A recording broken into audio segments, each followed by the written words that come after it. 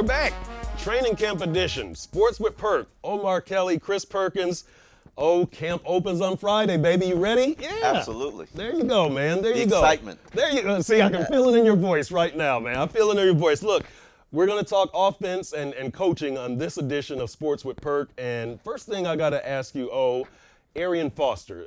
The big addition now, I guess Laramie Tunsil remains the big addition, but Arian Foster, running back, comes over after 7 seasons from Houston, torn Achilles, but an incredibly productive guy when healthy. What's his role? Yeah, that's the whole key. He can be 1,200 yards and 8 touchdowns when healthy. When healthy. Right, exactly. But what do you envision as his role if 100% healthy? I think he's going to have to split the workload of the backfield. If he's 100%? If he's 100%. Yeah. I mean, the one thing I went back and looked at every game that he played last season. Wasn't many. It was 3. Right. And one of them featured the Dolphins, Yep. where they just suffocated him to death. The second worst run defense in the NFL suffocated Arian Right, Foster. but that's when they had that Dan Campbell bounce at that time. Oh, they were yeah, hot. baby. You know, They were coming off hot. that Tennessee victory. They were going to right? impose their will on exactly. teams. See how long they that did lasted. for 2 weeks. Yeah.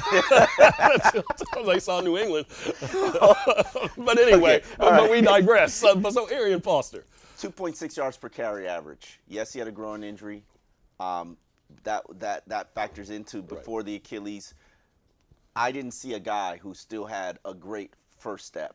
I saw a guy with great vision, but he wasn't getting to the holes that he used to get to. Now the question is, if he's healthy, capital I, capital F, he could be a difference maker. What I like about him is he's an adequate pass blocker, and he's very good at running NFL receiver-like routes. Right. You Good can out split of him the out of the backfield, and he can make things happen for you.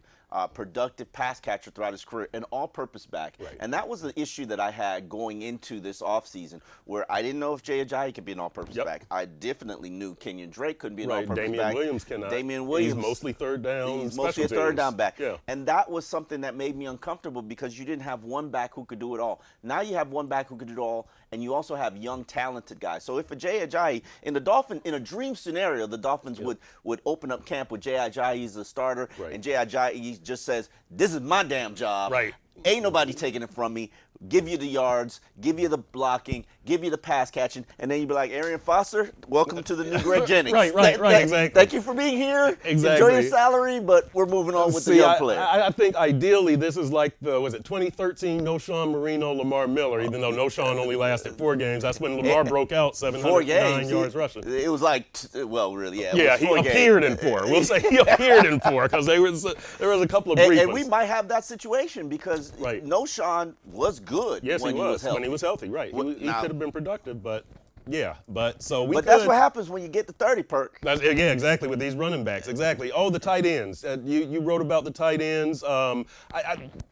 Jordan Cameron's at least the third tight end, third best in the division, right? Behind Gronk in New England, behind Charles Clay in Buffalo. Am I right or wrong? Is that right or wrong? And can the tight ends as a group be a weapon for the Dolphins?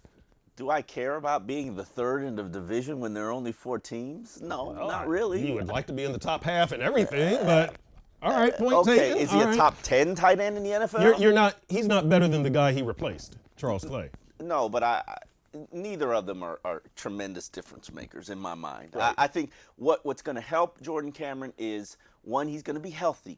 Because remember, there was a growing issue last season that kind of he never had chemistry. Let me not make excuses for him. That was he chemistry. never had chemistry with Ryan Tannehill. That was chemistry. They act like strangers. Right. I've never even seen them talk. I mean that's what right. And so how do you can Adam Gase or Clyde Christensen? It has to be Adam Gase. It has to be Adam Gase. It has to be Deshaun Day, the position coach. The tight end's got to be a weapon in this offense. Tight end's got to be a weapon. If you look at Adam Gase's history in Denver and in Miami, not Denver and Miami, Denver and Chicago. Tight ends Athletes. are tremendously utilized. Yes. 30% of the offense. The backs are utilized, 30% of the offense. And then you get 60% to the receivers.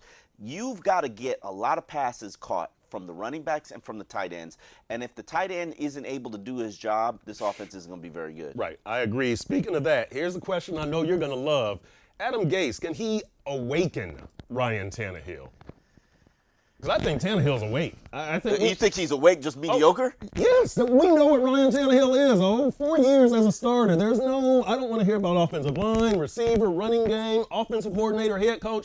Make something happen or else you're not that guy. He's not that guy. He is a average to slightly above average NFL quarterback. I don't think Gase can awaken him. I throw the question to you. I think it's possible, and here's why I think it's possible.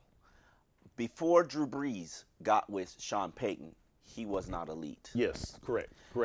Look at what Jim Harbaugh did with Colin Kaepernick and Alex Smith. Alex Smith was a bust before Jim Harbaugh got there. Yeah, a bust? He was a bust. He was a bust. bust. Not a bust, but he was in Tannehill territory. Colin Kaepernick, man.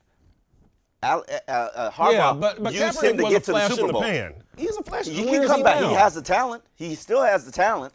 He took a team to the Super Bowl. Did he or did he not? Yes. Okay, and he was a major offensive weapon on that team. He had a good year. He hasn't had a good career.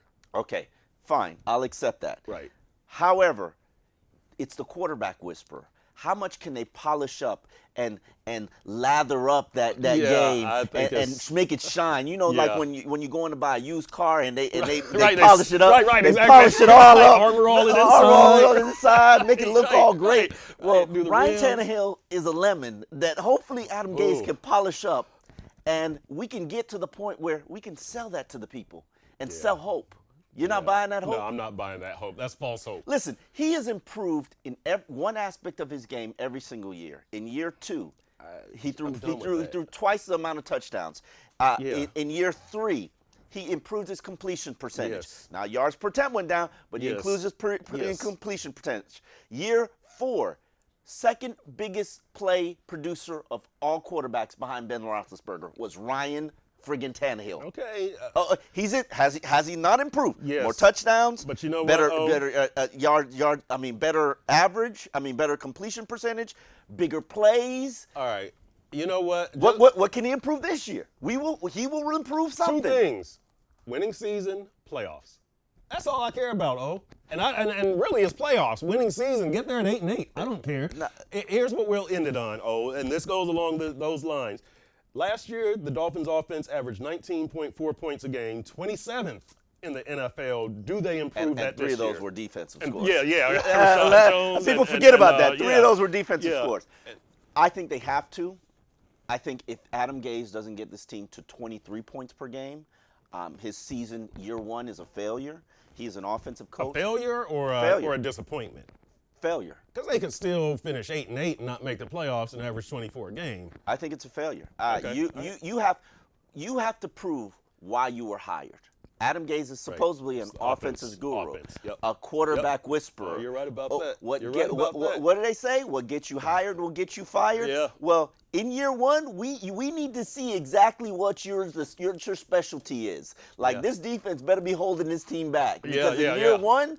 You better show people what you're working with. Yeah, that offense better be popping. You're right about that. We'll see what Adam Gase has in store for this offense. We will be back all the time during training camp for this edition of Sports with Perk. That's Omar Kelly. I'm Perk. You're watching SunSentinel.com.